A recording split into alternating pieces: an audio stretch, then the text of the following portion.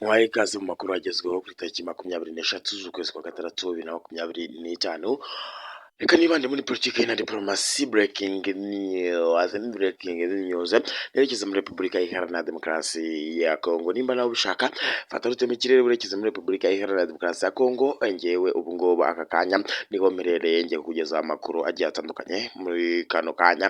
Nimba ubwa mbere ugeze kuri uyu muyoboro reba ko wakanze kwibutira ndetse subscribe, ukore like nurangiza ukora icyo bita share, ukande muri comment ushyiramo igitekerezo cyawe kugira ngo bijye gufasha kubona amakuru n'ibiganiro tuyatuguhereza amasaha 24 kuri 24.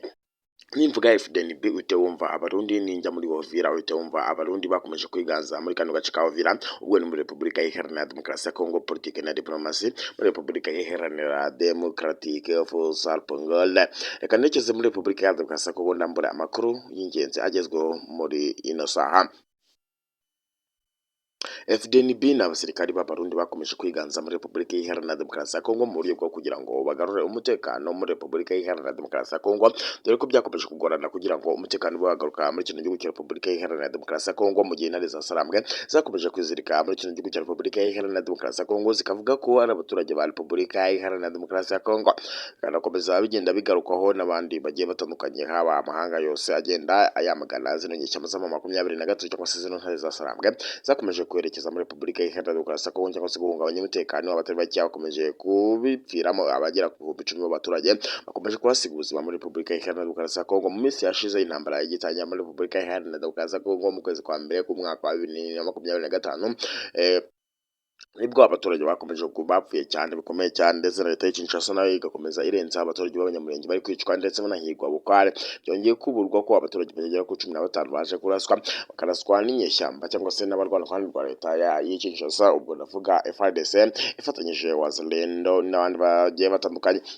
Wazalendo yaje kwica abaturage bagera ku 15, dore ko n'ubundi abajyanye kwa muganga 12 n'ubundi bimeze nkaho nabo bari buze gupfira kwa muganga, ariko byibura no kuvuga ngo abajyanye kwa muganga n'ubundi n'inyeshyamba za 23 zabashe kubajyana kwa muganga, dore ko n'ubundi rero byongeye kuvugwa yuko abaturage b'abanyamurenge by'umwihariko muri Repubulika Iharanira Demokarasi ya Kongo bongeye guhigwa bukare, ndetse inyeshyamba za 23 zongeye kwamagana leta y'Kinshasa gukomeza kwica bano baturage b'inzirakarengane muri Repubulika Iharanira Demokarasi ya Kongo. Bakavuga yuko ibyo ngibyo rero ari mu bintu bimwe batanishimira. Intare za Sarambwe zagabye ibitero bikomeye cyane hariya mu gace ka Uvira ndetse teritwari ya Masisi, byaje kuvuga yuko ari amasasu menshi cyane ari kuvugirwayo, dore ko abarundi baje kwicwa bikomeye cyane muri teritwari ya Masisi. Uvira n'abarundi baje kwikura muri kano gace ka Uvira ndetse baza kwerekeza mu tuduce tugiye dutandukanye, ariko basa nkaho bari gusubira inyuma. Abarundi bavuze yuko basa nkaho bari kugambanirwa muri iyi minsi kuva ku itariki 19 z'ukwezi kwa gatandatu 2025, batangiye gukubitwa cyane ndetse batangira gukorwamo akazi. Bavuga yuko rero bari kugambanirwa n'abarwana kwa rwa leta y'Kinshasa ndetse bari gukubitwa cyane, ndetse abandi bakagaragara basubira inyuma ku mirongo y'urugamba, ndetse bikavuga yuko bano barundi bivanye muri kano gace ka Uvira ndetse bagiye kuva mu duce tumwe na tumwe tugiye dutandukanye tw'iki gihugu cya Repubulika Iharanira Demokarasi ya Kongo. Neva Evariste Ndayishimiye nyuma yuko yatangaje amagambo akomeye avuga yuko bino gihugu cya Repubulika Iharanira Demokarasi ya Kongo intambara iri kuberamo idateze kurangira, ndetse kafashe icyemezo cyo gufata intwaro zose yarohereje muri Repubulika Iharanira Demokarasi ya Kongo akazigarura, ndetse akavuga yuko ibyo yarakwikiye muri Repubulika Iharanira Demokarasi ya Kongo kubikura abona ari indyankuri. Abasirikare batari bake bamaze gushira muri kino gihugu cya Repubulika Iharanira Demokarasi ya Kongo b'igihugu cy'u Burundi. Akanavuga yuko rero amafaranga amaze kuba yanahatakariza ndetse no gushora atandukanye nayo yakuye, ndetse avuga yuko ibyo akurikiye kugira ngo azayibone byazamuhenda cyane ndetse ashobora no kuzahagwa. Bano basirikari b'igisirikare cya FDNB ubwo ni abasirikari b'abarundi bekuye muri Repubulika Iharanira Demokarasi ya Kongo, ndetse dore ko mu gace ka Uvira bamwe batangiye gutunda basubira iwabo mu gihugu cy'u Burundi.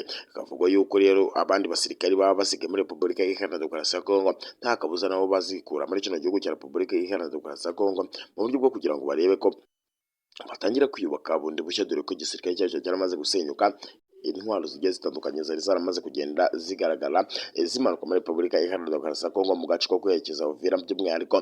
Ibyo rero byakomeje kugenda bitangazwa buri benshi, ndetse bakavuga yuko bano barundi nibaramuka bava muri Repubulika Iharanira Demokarasi ya Kongo bose, iki gihugu nta kabuza cyakongera kikaza gifatwa.